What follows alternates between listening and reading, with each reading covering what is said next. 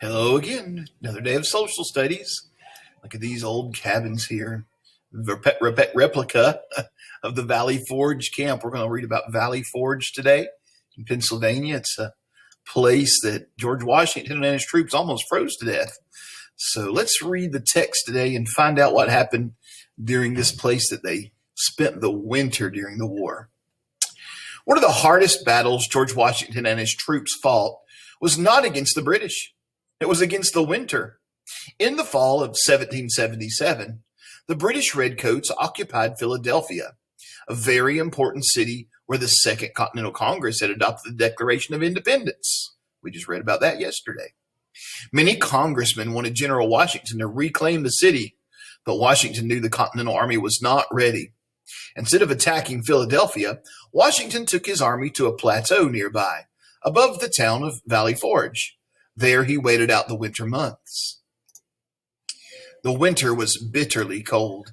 Colonists had hidden supplies for the army, but the British had raided their goods. The months from December 1777 to February 1778 were the hardest 3 months of the war. The troops had little food beyond the squirrels and small animals they could hunt in the forest. Many did not have uniforms, and many more lacked boots. A soldier's feet would get so cold from walking on the snow and ice that his entire leg might turn black from frostbite. Sometimes the frostbite was so severe that the soldier's leg would have to be amputated. That means they would have to cut it off so infection wouldn't spread. The men lived in wooden huts. Each hut was one room and had a small fireplace. 12 men shared a hut. They had just enough space to lie down, but they did not have blankets. Whew.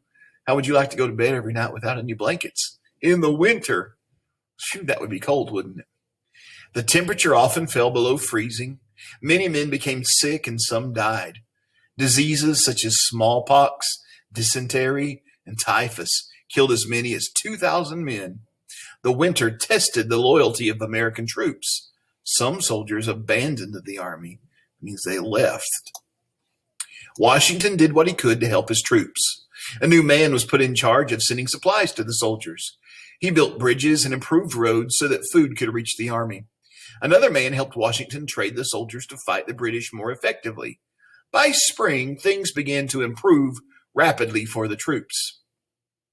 The nation would never forget the sacrifices of the Continental Army at Valley Forge.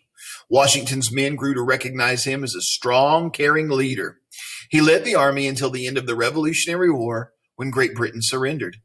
Washington was looking forward to retiring to his home at Mount Vernon, but because he was so respected, the American people called him to duty. He became the first president of the United States. All right, again today you've got some questions. Looks like there's 5 questions today, so it won't take you long, but remember these are grades. They're 20 points each. Make sure you find that answer in the text. I'll let you get to it now.